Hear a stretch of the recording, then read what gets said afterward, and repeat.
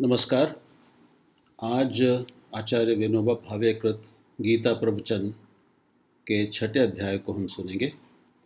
विनोबा ने गीता प्रवचन में इस अध्याय को नाम दिया है चित्त वृत्ति निरोध, लेकिन श्रीमद् भगवद गीता में इसका नाम है आत्मसंयम योग।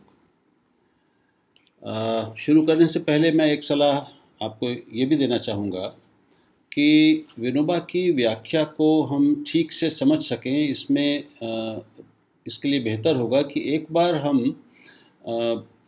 उस अध्याय का ठीक से अनुवाद उसको पढ़ जाएं, जो भी गीता हमारे पास हो, और उसमें किसी की व्याख्या के नहीं, केवल शाब्दिक अनुवाद उसका अगर हम पढ़ लें वो थोड़ा ध्यान में रहे तो फिर गीता प्रवचन का रस ज़्यादा आएगा। और ये गीता प्रेस की एक संस्करण है गीता का, सिर्फ 10 रुपये का मैंने लिया था, हो सकता है अब दाम कुछ रुपए बढ़ गए हों। इसमें बहुत अच्छा अविकल और सटीक हिंदी अनुवाद दिया गया है, एक एक शब्द का आप चाहेंगे तो मिल जाएगा। इसको पढ़कर अगर विनोबा को सुनेंगे तो और मज़ा आएगा। इसके साथ छठा अध्याय चित्त वृद्धि निरोध। अब इसके बाद के सारे शब्द एक बार फिर से कह दूं, विनोबा के हैं, मेरा एक भी शब्द नहीं है। चित्त वृद्धि निरोध, आत्मोद्धार की आकांक्षा। 5वें अध्याय में हम कल्पना और विचार के द्वारा देख सके कि मनुष्य की ऊंची से ऊंची उड़ान कहाँ तक जा सकती है। कर्म, विकर्म, अकर्म मिलकर सारी साधना पूर्ण होती है। कर्म स्थूल वस्तु है। जो जो स्वधर्म कर्म हम करें उसमें हमारे मन का सहयोग होना चाहिए। मानसिक शिक्षण के लिए जो कर्म करना पड़ता है वह विकर्म, विशेष कर्म अथवा सूक्ष्म कर्म है। आवश्यकता कर्म और विकर्म दोनों की है।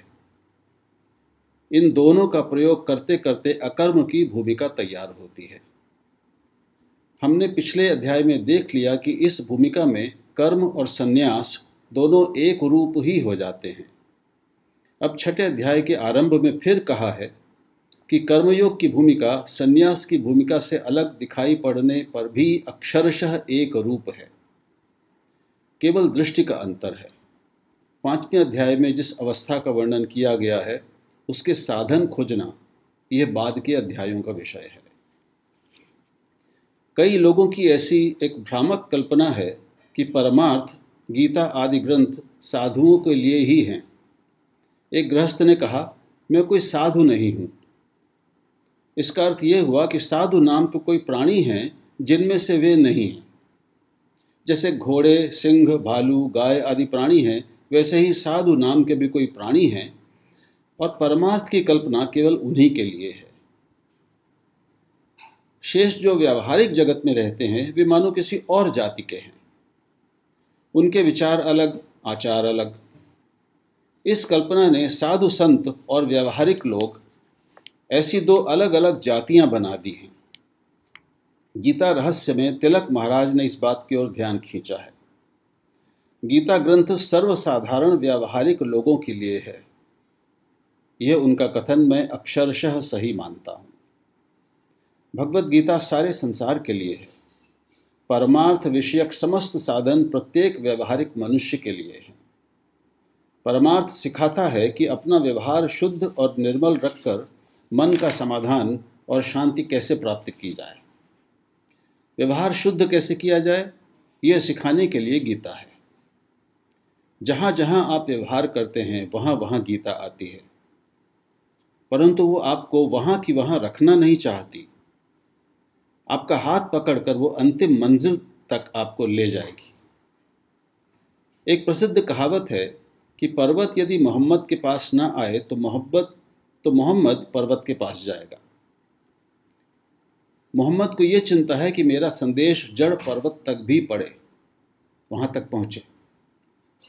पर्वत जड़ है, इसलिए मोहम्मद उसके आने की बाट नहीं जोहता होगा। यही बात गीता ग्रंथ की है। कैसा ही दीन दुर्बल हो, गंवार से गंवार हो, गीता उसके पास पहुंच जाएगी। परंतु इसलिए नहीं कि उसे यथास्थान रहने दे, बल्कि इसलिए कि उसे हाथ पकड़कर आगे ले जाए, ऊपर उठाए। गीता चाहती है कि मनुष्य अपना व्यवहार शुद्ध करके परमोच्च स्थिति को प्राप्त करे। इसी के लिए गीता है। अतएव मैं जड़ हूँ, व्यवहारी हूँ, सांसारिक जीव हूँ, ऐसा कहकर अपने आसपास बाड़ मत लगाओ। मत कहो कि मेरे हाथों से क्या होगा, इस 3.5 हाथ के शरीर में ही मेरा सार सर्वस्व है। ऐसी बंधनों की या कारागृह जैसी दीवारें अपने आसपास खड़ी करके पशुवत व्यवहार मत करो। आगे बढ़ने की, ऊपर चढ़ने की हिम्मत रखो। उद्धरेदात्मनात्मात्मानम नात्मानम अवसादयेत। ऐसी हिम्मत रखो कि मैं अपने को अवश्य ऊपर ले जाऊंगा। ये मानकर कि मैं क्षुद्र सांसारिक जीव हूं, मन की शक्ति को मार मत डालो। कल्पना के पंख काटो मत, अपनी कल्पना को विशाल बनाओ। चंडूल का उदाहरण अपने सामने रखो। प्रातःकाल सूर्य को देखकर चंडूल कहता है कि मैं सूर्य तक उड़ जाऊंगा। वैसा ही हमें बनना चाहिए। अपने दुर्बल पंखों से चंडूल बेचारा कितना ही ऊंचा उड़े तो भी वो सूर्य तक कैसे पहुंचेगा, परंतु अपनी कल्पना शक्ति द्वारा वो सूर्य को अवश्य पा सकता है। हमारा आचरण उससे उल्टा होता है। हम जितना ऊंचे जा सकते थे उतने भी न जाकर अपनी कल्पना और भावनाओं पर प्रतिबंध लगाकर हम अपने आप को नीचे गिरा लेते हैं। अपने पास जो शक्ति है उसे भी हम हीन भावना के कारण नष्ट कर डालते हैं।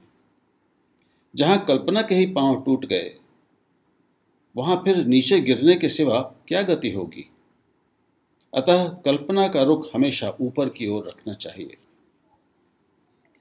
कल्पना की सहायता से मनुष्य आगे बढ़ता है, अतः कल्पना को सिकोड़ मत डालो। धोपट मार्गा सोडू नको, संसारामधि ऐसे आपुला उगाच भटकत फिरू नको।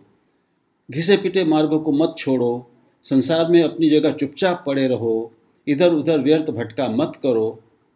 ऐसा रोना मत रोते रहो, आत्मा का अपमान मत कर लो। साधक के पास यदि विशाल कल्पना होगी, आत्मविश्वास होगा, तभी वो टिक सकेगा, इसी से उद्धार होगा। परंतु धर्म तो साधु संतों के लिए ही है। साधु संतों के पास गए भी तो तुम जिस भूमिका में हो उसमें यही व्यवहार उचित है, ऐसा उनसे प्रशस्ति पत्र लेने के लिए ऐसी कल्पना छोड़ दो। ऐसी भेदात्मक कल्पनाएं करके अपने को बंधन में मत डालो। यदि उच्च आकांक्षा नहीं रखोगे तो कभी भी एक कदम आगे नहीं बढ़ सकोगे। यह दृष्टि, यह आकांक्षा, यह महान भावना यदि हो, तब तो साधनों की उठापटक आवश्यक है, नहीं तो फिर सारा किस्सा ही समाप्त। बाह्य कर्म की सहायता के लिए मानसिक साधन रूपी विकर्म बताया है। कर्म की सहायता के लिए विकर्म निरंतर चाहिए। इन दोनों की सहायता से अकर्म की जो दिव्य स्थिति प्राप्त होती है, वो और उसके प्रकार 5वें अध्याय में देखें। इस 6ठे अध्याय से विकर्म के प्रकार बताए गए हैं, मानसिक साधना बताई गई है। इस मानसिक साधना को समझाने के लिए पहले गीता कहती है, हे जीव, तुम देव हो सकते हो। तुम यह दिव्य आकांक्षा रखो, मन को मुक्त रखकर उसके पंखों को सुदृढ़ बनाओ। साधना के विकर्म के भिन्न भिन्न प्रकार हैं। भक्ति योग, ध्यान, ज्ञान विज्ञान, गुण विकास, आत्म अनात्म विवेक आदि नाना प्रकार हैं। 6ठे अध्याय में ध्यान योग नामक साधना का प्रकार बताया गया है। चित्त की एकाग्रता। ध्यान योग में 3 बातें मुख्य हैं। चित्त की एकाग्रता, चित्त की एकाग्रता के लिए उपयुक्त जीवन की परिमितता और साम्य दशा या समदृष्टि। इन सब बातों के बिना सच्ची साधना नहीं हो सकती। चित्त की एकाग्रता का अर्थ है चित्त की चंचलता पर अंकुश। जीवन की परिमितता का अर्थ है सब क्रियाओं का नपा तुला होना। समदृष्टि का अर्थ है विश्व की ओर देखने की उदार दृष्टि। इन 3 बातों से ध्यान योग बनता है। इस त्रिविध साधना के भी साधन हैं। वे हैं अभ्यास और वैराग्य। इन 5 बातों की थोड़ी सी चर्चा हम यहाँ करें। पहले चित्त की एकाग्रता को लीजिए। किसी भी काम में चित्त की एकाग्रता आवश्यक है। व्यवहारिक बातों में भी चित्त की एकाग्रता चाहिए। ये बात नहीं कि व्यवहार में अलग गुणों की जरूरत है और परमार्थ में अलग। व्यवहार को शुद्ध करने का ही अर्थ है परमार्थ। कैसा भी व्यवहार हो, उसकी सफलता और असफलता आपकी एकाग्रता पर अवलंबित है। व्यापार, व्यवहार, शास्त्र शोधन, राजनीति, कूटनीति, किसी को भी ले लीजिए, इनमें जो कुछ सफलता मिलेगी वो चित्त की एकाग्रता के अनुसार मिलेगी। नेपोलियन के लिए कहा जाता है कि जहां वह युद्ध की व्यवस्था एक बार ठीक ठाक लगा देता कि फिर समर भूमि में गणित के सिद्धांत हल किया करता। डेरों तंबुओं पर गोले बरसते, सैनिक मरते, परंतु नेपोलियन का चित्त अपने गणित में ही मग्न रहता। मैं ये नहीं कहता कि नेपोलियन की एकाग्रता बहुत बड़ी थी। उससे भी ऊंचे दर्जे की एकाग्रता के उदाहरण दिए जा सकेंगे। खलीफा उमर की भी ऐसी ही बात कही जाती है। बीच लड़ाई में जब नमाज का वक्त हो जाता तो वे वहीं समरभूमि में चित्त एकाग्र करके घुटने टेक कर नमाज पढ़ने लगते और उनका चित्र इतना एकाग्र हो जाता कि उन्हें यह होश भी न रहता कि किसके आदमी कट रहे हैं। पहले के मुसलमानों की इस परमेश्वर निष्ठा के ही कारण, इस एकाग्रता के ही कारण इस्लाम धर्म फैल पाया। उस दिन मैंने एक कहानी सुनी। एक फकीर था, उसके शरीर में तीर घुस गया। इससे उसे बड़ी वेदना हो रही थी। तीर खींचने की चेष्टा करने जाए तो हाथ लगाते ही वेदना और बढ़ जाती थी। इससे वो तीर भी नहीं खींचा जा सकता था। आज की तरह क्लोरोफॉर्म जैसी बेहोश करने की दवा उस समय थी ही नहीं। बड़ी समस्या खड़ी हो गई। कुछ लोग उस फकीर को जानते थे। वे आगे आकर बोले, तीर अभी मत निकालो, ये फकीर नमाज पढ़ने बैठेगा तब निकाल लेंगे। शाम की नमाज का वक्त हुआ। फकीर नमाज पढ़ने लगा। पल भर में ही उसका चित्त इतना एकाग्र हो गया कि तीर उसके बदन से निकाल लिया गया, तो भी उसे पता नहीं चला। कैसी जबरदस्त है ये एकाग्रता। सारांश यह है कि व्यवहार हो या परमार्थ, चित्त की एकाग्रता के बिना उसमें सफलता मिलना कठिन है। यदि चित्त एकाग्र होगा तो फिर सामर्थ्य की कभी कमी न पड़ेगी। 60 वर्ष के बूढ़े होने पर भी किसी नौजवान की तरह आप में उत्साह और सामर्थ्य दिख पड़ेगा। मनुष्य ज्यों ज्यों बुढ़ापे की तरफ बढ़े त्यों त्यों उसका मन अधिक मजबूत होता जाना चाहिए। फल को ही देखिए, पहले वो हरा होता है, फिर पकता है, फिर सड़ता है, गलता है और मिट जाता है, परंतु उसका भीतर का बीज उत्तरोत्तर कड़ा होता जाता है। यह बाहरी शरीर सड़ जाएगा, गिर जाएगा, परंतु बाहरी शरीर फल का सार सर्वस्व नहीं है। उसका सार सर्वस्व उसकी आत्मा तो है बीज। यही बात शरीर की है। शरीर भले ही बूढ़ा होता चला जाए, परंतु स्मरण शक्ति तो बढ़ती ही रहनी चाहिए।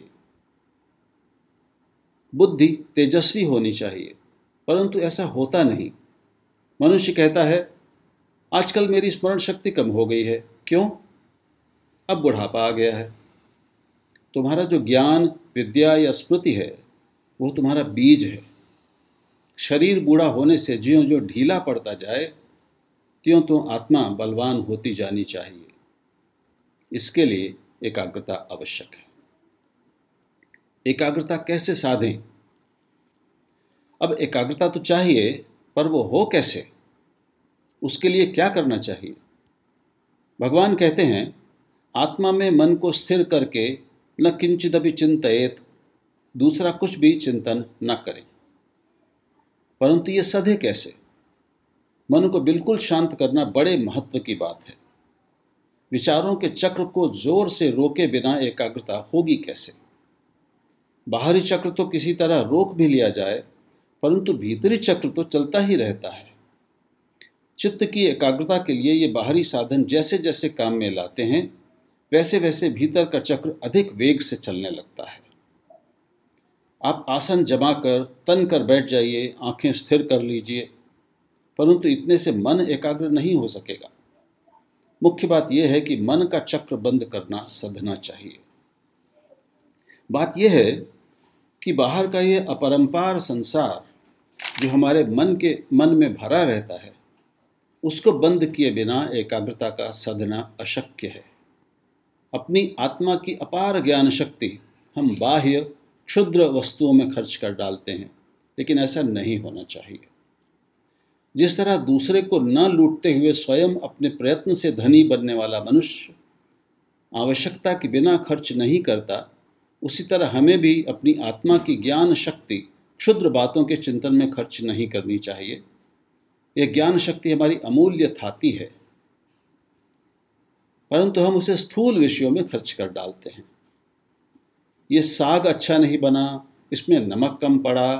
अरे भाई, कितनी रत्ती नमक कम पड़ा, नमक तनिक सा कम पड़ा, इस महान विचार में ही हमारा ज्ञान खर्च हो जाता है। बच्चों को पाठशाला की चहारदारी दीवारी के अंदर ही पढ़ाते हैं। कहते हैं कि यदि पेड़ के नीचे पढ़ाएंगे तो कौवे, कोयल और चिड़ियां देखकर उनका मन एकाग्र नहीं होगा। बच्चे ही जो ठहरे। कौवे चिड़ियां नहीं दिखी तो हो गई उनकी एकाग्रता, परंतु हम हो गए हैं घोड़े। हमारे अब सींग निकल आए हैं। हमें साथ साथ दीवालों के भीतर भी किसी ने बंद कर रखा तो भी हमारे मन की एकाग्रता नहीं हो सकती, क्योंकि दुनिया की फालतू बातों की चर्चा हम करेंगे। जो ज्ञान परमेश्वर की प्राप्ति करा सकता है, उसे हम साग सब्जी के जायके की चर्चा करने में ही खो देते हैं और हम उसमें अपनी कृतार्थता मानते हैं। दिन रात ऐसा भयानक संसार हमारे चारों ओर भीतर बाहर धू धू करता रहता है। प्रार्थना अथवा भजन करने में भी हमारा हेतु बाहरी ही रहता है। परमेश्वर से तन्मय होकर एक क्षण के लिए तो संसार को भुला दें, लेकिन ये भावना ही नहीं रहती। प्रार्थना भी एक दिखावा होता है। जहां मन की ऐसी स्थिति है, वहां आसन जमाकर बैठना और आंख मूंदना सब व्यर्थ है। मन की दौड़ निरंतर बाहर की ओर रहने से मनुष्य की सारी सामर्थ्य नष्ट हो जाती है। किसी भी प्रकार की व्यवस्था, नियंत्रण शक्ति मनुष्य में नहीं रहती। इसका अनुभव आज हमारे देश में पग पग पर हो रहा है। वास्तव में भारतवर्ष तो परमार्थ भूमि है। यहाँ के लोग पहले से ही ऊंची हवा में उड़ने वाले समझे जाते हैं। पर ऐसे देश में हमारी आपकी क्या दशा है? छोटी छोटी बातों की इतनी बारीकी से चर्चा करते हैं कि जिसे देखकर दुख होता है। क्षुद्र विषयों में ही हमारा चित्त डूबा रहता है। कथा पुराण एकता, झोंपे नाडिले तत्वता, खाटे वरी पड़ता, व्यापी चिंता तलमल, ऐसी गहन कर्म गति, काय तयासी रड़ती। कथा पुराण श्रवण करने जाते हैं तो निद्रा सताती है, और बिस्तर पे लेटते हैं तो चिंता और बेचैनी रहती है। ऐसी कर्म की गहन गति है, क्या किया जाए? कथा पुराण सुनने के लिए जाते हैं तो वहाँ नींद आ घेरती है, और नींद लेने जाते हैं तो वहाँ चिंता और विचार चक्र शुरू हो जाता है। एक ओर शून्याग्रता और दूसरी ओर अनेकाग्रता। एकाग्रता का कहीं पता नहीं। मनुष्य इंद्रियों का इतना गुलाम है। एक बार किसी ने पूछा, आंखें अर्धोन्मीलित रखनी चाहिए, ऐसा क्यों कहा है? मैंने कहा, सीधा साधा उत्तर देता हूँ, आंखें पूरी मूंद लें तो नींद आ जाती है, खुली रखें तो चारों ओर दृष्टि जाकर एकाग्रता नहीं होती। आंखें मूंदने से नींद लग जाती है, यह तमोगुण हुआ। खुली रखने से दृष्टि सब जगह जाती है, यह रजोगुण हुआ। इसलिए बीच की स्थिति कही है। तात्पर्य यह है कि मन की बैठक बदले बिना एकाग्रता नहीं हो सकती। मन की स्थिति शुद्ध होनी चाहिए। केवल आसन जमाकर बैठने से वो प्राप्त नहीं हो सकती। इसके लिए हमारे सब व्यवहार शुद्ध होने चाहिए। व्यवहार शुद्ध करने के लिए उसका उद्देश्य बदलना चाहिए। व्यवहार व्यक्तिगत लाभ के लिए, वासना तृप्ति के लिए अथवा बाहरी बातों के लिए नहीं करना चाहिए। व्यवहार तो हम दिन भर करते रहते हैं। आखिर दिन भर की इस खटपट का हेतु क्या है? याजसाठी केला होता अट्टहास, शेवटच्या दिस घोड भाव। ये सारा परिश्रम इसीलिए तो किया था कि अंत की घड़ी मीठी हो। सारी खटपट, सारी दौड़ धूप इसीलिए न कि हमारा अंतिम दिवस मधुर हो जाए। जिंदगी भर कड़वा विष क्यों पचाते हैं? इसीलिए कि अंतिम घड़ी, वह मरण, पवित्र हो। दिन की अंतिम घड़ी शाम को आती है। आज के दिन का सारा काम यदि पवित्र भाव से किया होगा तो रात की प्रार्थना मधुर होगी। वह दिन का अंतिम क्षण यदि मधुर हो गया तो दिन का सारा काम सफल हुआ समझो। तब मन एकाग्र हो जाएगा। एकाग्रता के लिए ऐसी जीवन शुद्धि आवश्यक है। बाह्य वस्तुओं का चिंतन छूटना चाहिए। मनुष्य की आयु बहुत नहीं है, परंतु इस थोड़ी सी आयु में भी परमेश्वरीय सुख का अनुभव लेने की सामर्थ्य है। परंतु इस थोड़ी सी आयु में भी परमेश्वरीय सुख का अनुभव लेने की सामर्थ्य है। दो मनुष्य बिल्कुल एक ही सांचे में ढले, एक सी छाप लगे हुए, दो आंखें, उनके बीच एक नाक और उस नाक में दो नासापुट। इस तरह बिल्कुल एक से होकर भी एक मनुष्य देवतुल्य होता है तो दूसरा पशुतुल्य। ऐसा क्यों होता है? एक ही परमेश्वर के बाल बच्चे हैं, अवघी एकाची चवीण, सब एक ही खान के, तो फिर ये फर्क क्यों पड़ता है? दोनों एक ही मनुष्य जाति के हैं, ऐसा विश्वास नहीं होता। एक नर का नारायण बनता है तो दूसरा नर का वानर। मनुष्य कितना ऊंचा उठ सकता है, इसका नमूना दिखाने वाले लोग पहले भी हो गए हैं, आज भी हमारे बीच हैं। ये अनुभव की बात है। इस नर देह में कितनी शक्ति है, इसको दिखाने वाले संत पहले हो गए हैं और आज भी हैं। इस देह में रहकर यदि मनुष्य ऐसी महान करनी कर सकता है तो फिर भला मैं क्यों ना कर सकूंगा? मैं अपनी कल्पना को मर्यादा में क्यों बांध लूं? जिस नरदेह में रहकर दूसरे नरवीर हो गए, वही नरदेह मुझे भी मिली है। फिर मैं ऐसा क्यों? कहीं न कहीं मुझसे भूल हो रही है। मेरा यह चित्त सदैव बाहर जाता रहता है। दूसरे के गुण दोष देखने में वो बहुत आगे बढ़ गया है, परंतु मुझे दूसरे के गुण दोष देखने की जरूरत क्या है? कास्या गुणदोष पाहो आणी कांचे, मन काय त्यांचे उणे असे। दूसरों के गुण दोष क्यों देखूं? मुझमें क्या उनकी कमी है? खुद मुझमें क्या दोष कम है? यदि मैं सदैव दूसरों की छोटी छोटी बातें देखने में तल्लीन रहा तो फिर मेरे चित्त की एकाग्रता सधेगी कैसे? उस दशा में मेरी स्थिति दो ही प्रकार की हो सकती है। एक तो शून्य अवस्था अर्थात नींद, और दूसरी अनेकाग्रता।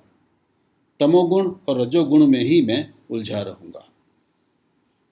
भगवान ने चित्त की एकाग्रता के लिए इस तरह बैठो, इस तरह आंखें रखो, इस तरह आसन जमाओ आदि सूचनाएं नहीं दी, ऐसी बात नहीं।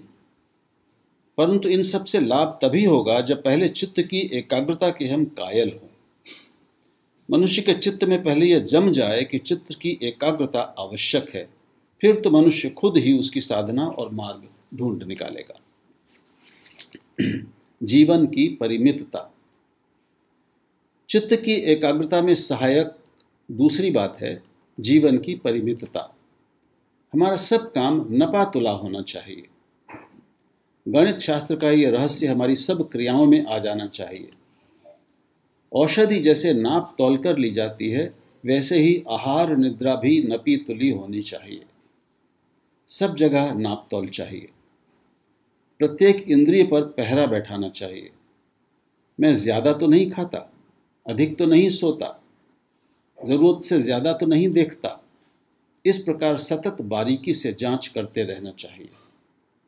एक भाई किसी व्यक्ति के बारे में कह रहे थे कि वे किसी के कमरे में जाते तो 1 मिनट में उनकी निगाह में आ जाता था कि कमरे में कहाँ क्या रखा है। मैंने मन में कहा, भगवान, ये महिमा मुझे ना प्राप्त हो। क्या मैं उसका सचिव हूं जो 5-25 चीजों की सूची मन में रखूं? क्या मुझे चोरी करनी है? साबुन यहां था, घड़ी वहां थी, इससे मुझे क्या करना है? इस ज्ञान की मुझे क्या ज़रूरत? आंखों का ये वाहियातपन मुझे छोड़ देना चाहिए। यही बात कान की है। कान का भी पहरा रखो। कुछ लोग ऐसा मानते हैं कि यदि कुत्तों की तरह हमारे कान होते तो कितना अच्छा होता। जिधर चाहते उधर एक क्षण में उन्हें हिला सकते। मनुष्य के कान में परमात्मा ने एक कसर ही रख दी। परंतु कान का ये वाहियातपन हमें नहीं चाहिए। वैसे ही ये मन भी जबरदस्त है। जरा कहीं खटका हुआ, आहट हुई कि गया उधर ध्यान। अतः जीवन में नियमन और परिमितता लाएं। खराब चीज न देखें, खराब किताब न पढ़ें, निंदा स्तुति न सुने, सदोष वस्तु तो दूर, निर्दोष वस्तुओं का भी आवश्यकता से अधिक सेवन न करें। लोलुपता किसी भी प्रकार की नहीं होनी चाहिए। शराब, पकौड़ी, रसगुल्ले तो होने ही नहीं चाहिए, परंतु संतरे, केले, मौसम्बी भी बहुत नहीं चाहिए। फलाहार यूं शुद्ध आहार है, परंतु वह भी मनमाना नहीं होना चाहिए। जीभ का स्वेच्छाचार भीतरी मालिक को सहन नहीं करना चाहिए। इंद्रियों को यह भय रहे कि यदि हम ऊट पटांग बरतेंगे तो भीतर का मालिक हमें जरूर सजा देगा। नियमित आचरण को ही जीवन की परिमितता कहते हैं। मंगल दृष्टि। तीसरी बात है समदृष्टि होना। समदृष्टि का अर्थ ही है शुभ दृष्टि। शुभ दृष्टि प्राप्त हुए बिना चित्त एकाग्र नहीं हो सकता। सिंह इतना बड़ा वनराज है, परंतु 4 कदम चलकर पीछे देखता है। हिंसक सिंह को एकाग्रता कैसे प्राप्त होगी? शेर, कौवे, बिल्ली, इनकी आंखें हमेशा घूमती रहती हैं। उनकी निगाह चौकन्नी, घबराई हुई रहती है। हिंस्र प्राणियों का ऐसा ही हाल रहेगा। साम्य दृष्टि आनी चाहिए। ये सारी सृष्टि मंगलमय लगनी चाहिए। जैसे मुझे खुद अपने पर विश्वास है, वैसा ही सारी सृष्टि पर मेरा विश्वास होना चाहिए। यहाँ डरने की बात ही क्या है? सब कुछ शुद्ध और पवित्र है। विश्वम तद भद्रम यदवंति देवाः। यह विश्व मंगलमय है क्योंकि परमेश्वर इसकी सार संभाल करता है। अंग्रेज कवि ब्राउनिंग ने भी ऐसा ही कहा है। ईश्वर आकाश में विराजमान है और सारा विश्व ठीक ही चल रहा है। विश्व में कुछ भी बिगाड़ नहीं है। अगर बिगाड़ कहीं है तो वह मेरी दृष्टि में है। जैसी मेरी दृष्टि वैसी सृष्टि।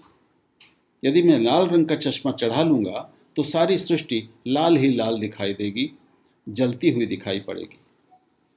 रामदास रामायण लिखते जाते और शिष्यों को पढ़कर सुनाते जाते थे। हनुमान भी गुप्त रूप से उसे सुनने के लिए आकर बैठते थे। समर्थ रामदास ने लिखा था, हनुमान अशोकवन में गए, वहां उन्होंने सफेद फूल देखे। यह सुनते ही वहां झट से हनुमान प्रकट हो गए और बोले, मैंने सफेद फूल बिल्कुल नहीं देखे, लाल देखे थे। आपने गलत लिखा है, उससे सुधार लीजिए। समर्थ ने कहा, मैंने ठीक लिखा है, आपने सफेद ही फूल देखे थे। हनुमान ने कहा, मैं खुद वहां गया था और मैं ही झूठा। अंत में झगड़ा रामचंद्र जी के पास गया। उन्होंने कहा, फूल तो सफेद ही थे, परंतु हनुमान की आंखें क्रोध से लाल हो रही थी, इसलिए शुभ्र फूल उन्हें लाल दिखाई दिए। इस मधुर कथा का आशय यही है कि संसार की ओर देखने की जैसी हमारी दृष्टि होगी, संसार भी हमें वैसा ही दिखाई पड़ेगा। यदि हमारे मन को इस बात का निश्चय न हो कि यह सृष्टि शुभ है, तो चित्त की एकाग्रता नहीं हो सकती। जब तक मैं यह समझता रहूंगा कि सृष्टि बिगड़ी हुई है, तब तक मैं सशंक दृष्टि से चारों ओर देखता रहूंगा। कवि पक्षियों की स्वतंत्रता के गीत गाते हैं। उनसे कहना चाहिए कि जरा एक बार पक्षी होकर देखो तो, फिर उनकी आज़ादी की सही कीमत मालूम हो जाएगी। पक्षियों की गर्दन बराबर आगे पीछे सतत नाचती रहती है। उन्हें सतत दूसरों का भय लगा रहता है। चिड़िया को आसन पर ला बिठाओ, क्या वह एकाग्र हो जाएगी? मेरे जरा निकट आते ही वह फुर्र से उड़ जाएगी। वो डरेगी कि कहीं ये मुझे मारने तो नहीं आ रहा है। जिनके दिमाग में ऐसी भयानक कल्पना है कि ये सारी दुनिया भक्षक है, संहारक है, उन्हें शांति कहाँ। जब तक ये ख्याल दिमाग से नहीं निकलेगा कि अपना रक्षक मैं अकेला ही हूँ, बाकी सब भक्षक हैं, तब तक एकाग्रता नहीं सध सकती। समदृष्टि की भावना करना यही एकाग्रता का उत्तम मार्ग है। आप सर्वत्र मांगल्य देखने लग जाइए, चित्त अपने आप शांत हो जाएगा। किसी दुखी मनुष्य को कल कल बहने वाली नदी के किनारे ले जाइए। उसके स्वच्छ शांत प्रवाह को देखकर उसकी बेचैनी कम हो जाएगी। वो अपना सुख दुख भूल जाएगा। उस झरने में, उस प्रवाह में इतनी शक्ति कहाँ से आई?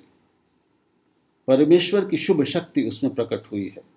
वेदों में झरने का बड़ा ही सुंदर वर्णन है। अतिष्ठन्ति नाम अनिवेशनानाम, ऐसे ये झरने हैं। झरना अखंड बहता है, उसका अपना कोई घर बार नहीं, वो सन्यासी है। ऐसा पवित्र झरना एक क्षण में मेरे मन को एकाग्र कर देता है। ऐसे सुंदर झरने को देखकर प्रेम का, ज्ञान का झरना मेरे मन में मैं क्यों न निर्माण करूं। ये बाहर का जड़ पानी भी यदि मेरे मन को शांति प्रदान कर सकता है, तो फिर मेरी मानस दरी में यदि भक्ति और ज्ञान का चिन्मय झरना बहने लगे तो कितनी शांति प्राप्त होगी। मेरे एक मित्र हिमालय में कश्मीर में घूम रहे थे। वहाँ के पवित्र पर्वतों के सुंदर जल प्रवाहों के वर्णन वे लिख लिख कर मुझे भेजते थे। मैंने उन्हें उत्तर दिया कि जो जल स्रोत, जो पर्वतमाला, जो शुभ समीर तुम्हें वहाँ अनुपम आनंद देते हैं, उन सब का अनुभव मैं अपने हृदय में करता हूँ। अपनी अंतः सृष्टि में मैं नित्य उन सब रमणीय दृश्यों को देखता हूँ। तथा तुम्हारे बुलाने पर भी मैं अपने हृदय के इस भव्य दिव्य हिमालय को छोड़कर नहीं आऊँगा। स्थावराणाम हिमालय, जिस स्थिरता मूर्ति हिमालय की उपासना स्थिरता लाने के लिए करनी है, उसका वर्णन सुनकर यदि मैंने अपना कर्तव्य छोड़ दिया तो उससे क्या लाभ। सारांश, चित्त को जरा शांत कीजिए, सृष्टि की ओर मंगल दृष्टि से देखिए, तो फिर आपके हृदय में अनंत झरने बहने लगेंगे। कल्पनाओं के दिव्य तारे हृदयाकाश में चमकने लगेंगे। पत्थर और मिट्टी की शुभ वस्तु देखकर यदि चित्त शांत हो जाता है, तो फिर अंतः सृष्टि के दृश्य देखकर वो शांत क्यों ना होगा। एक बार मैं त्रावणकोर गया था। एक दिन समुद्र किनारे बैठा था। वो अपार समुद्र, उसकी धू धू गर्जना, सायंकाल का समय। मैं स्तब्ध निश्चेष्ट बैठा था। मेरे मित्र ने वहीं समुद्र किनारे कुछ फल वगैरह खाने के लिए ला दिए। उस समय वो सात्विक आहार भी मुझे विष की तरह लगा।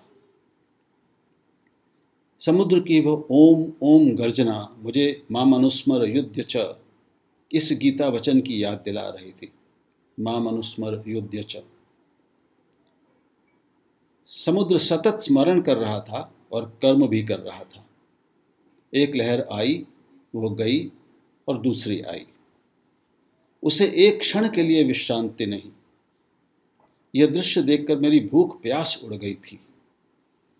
आखिर उस समुद्र में ऐसा क्या था? उस खारे पानी की लहरों को उछलते हुए देखकर यदि मेरा हृदय उछलने लगता है, तो फिर ज्ञान और प्रेम का अथाह सागर हृदय में हिलोरे मारने लगे तो मैं कितना नाचूंगा। वैदिक ऋषि के हृदय में ऐसा ही समुद्र हिलोरे मारता है। अंतः समुद्रे हृदि अंतरायुषि घृतस्य धारा अभिचाकशीमि समुद्रार्दूर्मि मधुर मानुदारत। इस दिव्य भाषा पर भाष्य लिखते हुए बेचारे भाष्यकारों की फजीहत होने की नौबत आ गई। कौन सी वो घृत की धारा, कौन सी वो मधु की धारा? मेरे अंतः समुद्र में क्या खारी लहरें उठेंगी? नहीं नहीं, मेरे हृदय में तो दूध, घी और मधु की लहरें हिलोरे मार रही है। बालक गुरु, हृदय के इस समुद्र को निहारना सीखिए। बाहर के निरभ्र नील आकाश को देखकर चित्त को भी निर्लेप और निर्मल बनाइए। सच पूछो तो चित्त की एकाग्रता एक खेल है। चित्त की व्यग्रता ही अस्वाभाविक और अनैसर्गिक है। छोटे बच्चों की आंखों की ओर एकटक होकर देखो। छोटा बच्चा टकटकी लगाकर देखता है, लेकिन आप 10 बार पलक गिराएंगे। बच्चों का मन तुरंत एकाग्र हो जाता है। 4-5 महीने के बच्चे को बाहर की हरी भरी सृष्टि दिखलाओ, वो सतत देखता रहेगा। स्त्रियों की तो ऐसी मान्यता है कि बाहर की हरियाली को देखकर उसकी विष्ठा भी हरे रंग की हो जाती है। मानो सब इंद्रियों की आंखें बनाकर वो देखता है। छोटे बच्चे के मन पर किसी भी घटना का बड़ा प्रभाव पड़ता है। शिक्षा शास्त्री कहते हैं, शुरू के 2-4 सालों में जो शिक्षा बालकों को मिल जाती है वही वास्तविक शिक्षा है।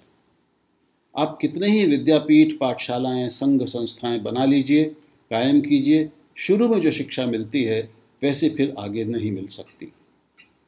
शिक्षा विषय से मेरा संबंध है। दिन ब दिन मेरा यह निश्चय होता जा रहा है कि इस बाहरी शिक्षा का परिणाम शून्यवत है। आरंभिक संस्कार वज्रलेप हो जाते हैं। बाद के शिक्षण को बाहरी रंग, ऊपरी झिल्ली समझो। साबुन लगाने से ऊपर का दाग, मैल निकल जाता है, परंतु चमड़ी का काला रंग जाएगा क्या? उसी तरह शुरू में जो संस्कार पड़ जाता है उसका मिटना अत्यंत कठिन हो जाता है। तो ये शुरू के संस्कार बलवान क्यों? बाद के संस्कार कमजोर क्यों? इसलिए कि बचपन में चित्त की एकाग्रता नैसर्गिक रहती है। एकाग्रता होने के कारण जो संस्कार पड़ते हैं वे फिर नहीं मिटते। चित्त की एकाग्रता की ऐसी महिमा है, जिसे एकाग्रता प्राप्त हो गई उसके लिए क्या अशक्य है। हमारा सारा जीवन आज कृत्रिम हो गया है। हमारी बाल वृत्ति मर गई है, नष्ट हो गई है। जीवन में वास्तविक सरसता नहीं, वो शुष्क हो गया है। हम ऊट पटांग जैसे तैसे चल रहे हैं। डार्विन साहब नहीं, बल्कि हम खुद अपनी कृति से यह सिद्ध कर रहे हैं कि मनुष्य के पूर्वज बंदर थे। छोटे बच्चों में विश्वास होता है। माँ जो कहे वो उसके लिए प्रमाण। जो कहानियां उनसे कही जाती है वे असत्य नहीं मालूम होती। कौआ बोला, चिड़िया बोली, ये सब उन्हें सच मालूम होता है। बच्चों की इस मंगल वृत्ति के कारण उनकी एकाग्रता जल्दी होती है। अभ्यास, वैराग्य और श्रद्धा।